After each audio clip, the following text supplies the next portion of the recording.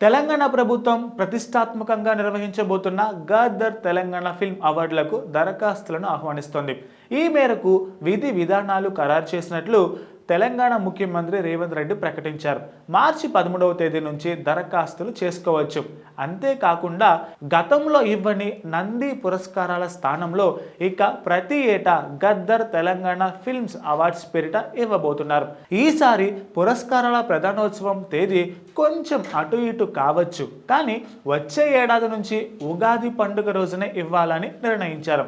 ఇక 2013 నుంచి గత ప్రభుత్వం సినిమా అవార్డులు ఇవ్వనందున వాటిని కూడా పరిగణలోకి తీసుకొని ఒక్కొక్క ఏడాదికి ఒక్కొక్క ఉత్తమ చిత్రానికి పురస్కారం ఇవ్వబోతున్నారు.